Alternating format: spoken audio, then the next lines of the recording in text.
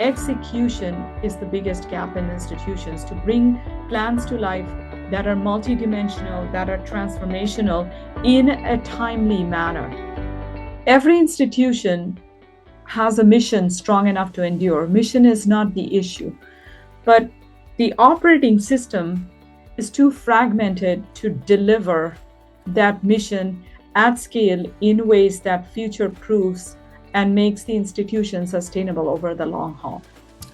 How do we go from there to the architecture of a thriving institution? Well, we think of our institutions and even core as four operating systems. Decision velocity. Decisions should not always need large groups to come together to deliberate, debate. There are tons of decisions that should happen just because we understand the nature of how we have orchestrated decision making in the operation layer. So if decision velocity increases, energy compounds. That's how we reduce friction. That's how we create enough space and time for growth to become repeatable and sustainable. These 10 instruments collectively, we look at them as engines that drive institutional performance.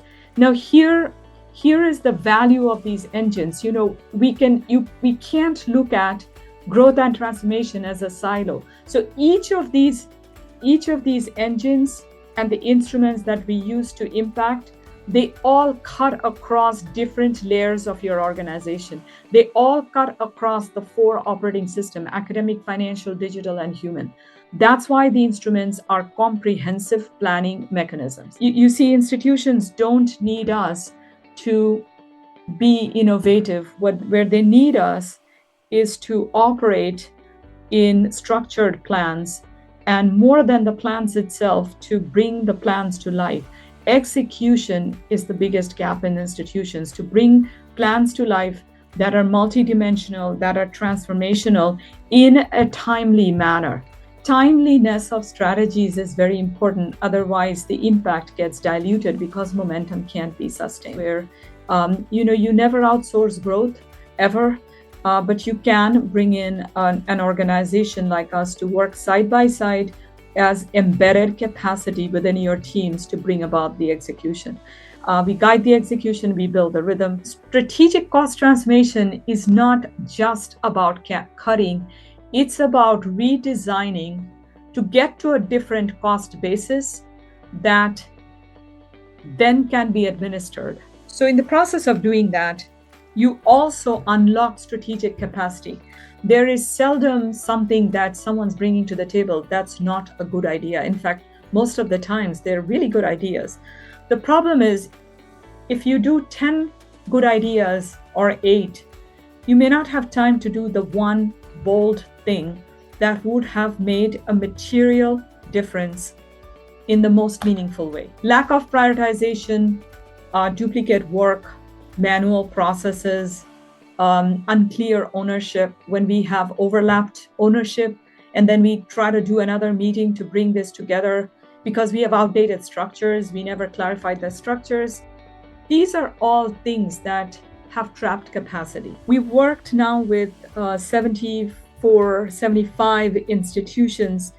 What we learn from each of our partnering institutions and what we have to learn when we intersect with you is the specific context of the institution. We can't have a plan that does not focus on near term.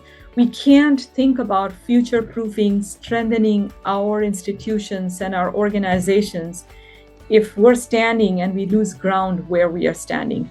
So structure, rhythm, clarity of communications, these are the things that start cutting into the resistance that you see, the resistance to change that is inherent in the culture. One of the biggest vehicles in a change like this is communication that supports transformation. The resistance to change is real. We talk about change all the time, but nobody wants the change to happen to themselves. That's just it.